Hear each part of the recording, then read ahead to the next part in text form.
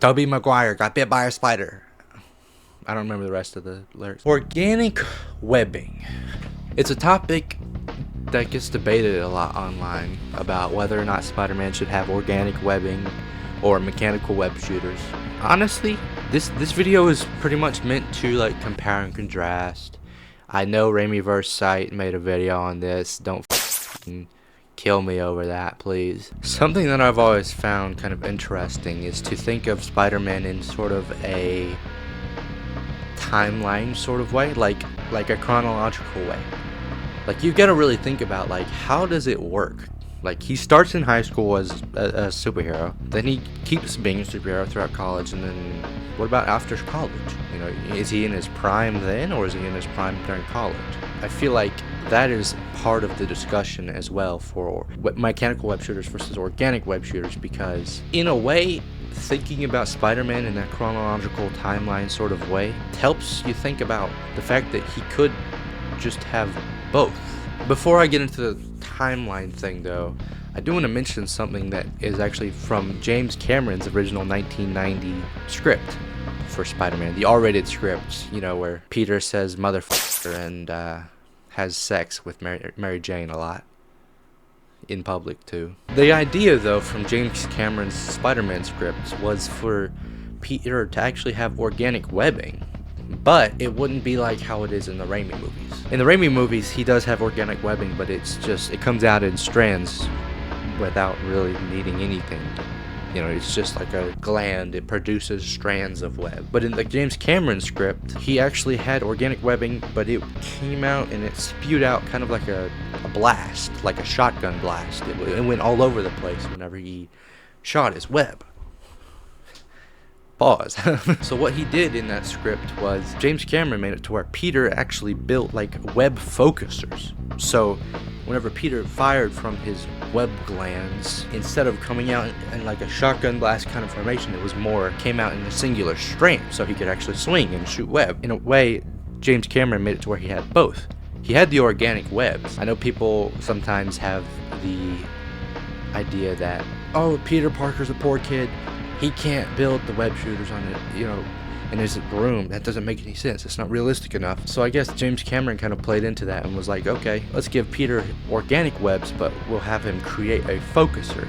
My question is, with that focuser, does he have different modes for it? Like, he could switch to the web bullet things that he could use as like a ranged weapon, and then he could switch to the strands to swing from. That would be more like flexible, and then he would switch to the strands that he would web people up with that would be less flexible. I'm not quite sure how that would have worked in the scheme of it. I'm thinking sort of like an image like the Stark suit, where he had the Stark web shooters on, and it was like a switching between modes kind of thing. I feel like it would have been more physical than digital though. But back to the chronological timeline kind of view for Spider-Man. The way that I thought about it, and the way that I'm making it in sort of my own Spider-Man TV show concept overview thing, is Peter starts out in high school as Spider-Man, right? So he makes the web shooters in high school. He makes mechanical web shooters. You know, it's like a plot point or something that he has to worry about web fluid management. And then in college, he'll make the enhanced, refined version of those web shooters. Something that can actually go under the sleeve. Something that is more compact, you know, less noticeable. And then on the suit, it would just be a nozzle. But then, at the very beginning of like his quote-unquote prime as Spider-Man, right out of college, he would go through the mutation. He would go through the whole spider DNA mutates him thing. And then, you know, he becomes Man-Spider, and then after that he has organic webbing and enhanced senses and everything. I'm not quite sure about how he would return to normal and still have mutation stuff. I was thinking more of a magical cure that rather than a scientific cure through like Doctor Strange rather than Dr. Banner. But yeah, if we utilized the Man-Spider art well, we could justify having both mechanical web shooters and organic web shooters in the same timeline. Though, alright, before we, you know, have peace and unity and everything like that, let's talk about the differences between mechanical web shooters and organic web shooters. Let's talk about, you know, why people are so torn about it. So as I said before, a lot of people, they do think that Peter Parker making his web shooters and making web fluid is just cost ineffective and unrealistic. So the introduction of the organic web shooters being a thing actually sort of makes sense, and it sort of makes you wonder why it didn't appear earlier, much earlier in his career as like a what if storyline or something. But another thing about the organic web shooters is that, like Spider-Man 2 the movie, you could tie an ineffectiveness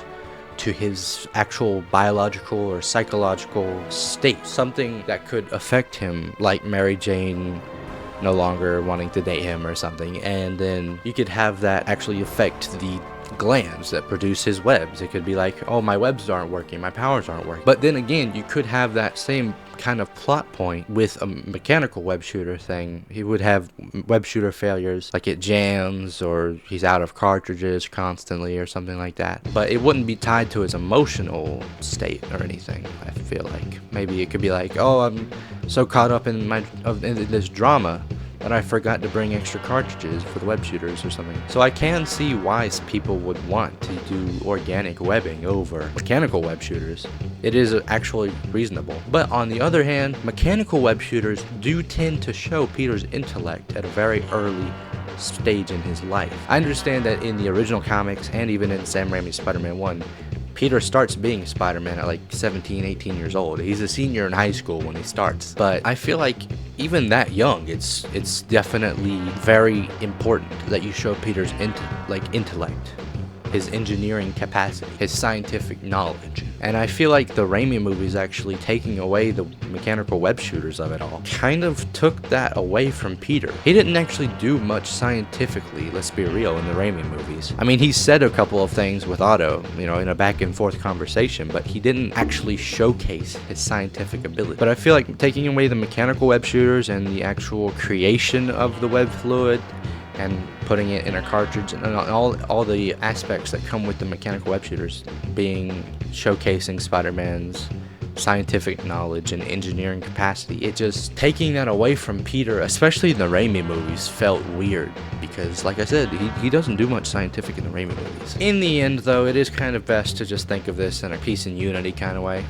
Like I said, with chronological timeline kind of route where he can just have both. At some, eventually he'll have organic webbing and then he'll start out with mechanical webbing. Kind of like how the MCU is doing, only the MCU didn't start out classic with Spider-Man, so it feels unearned. I don't know. I'll be left in the dust unless I stuck by you.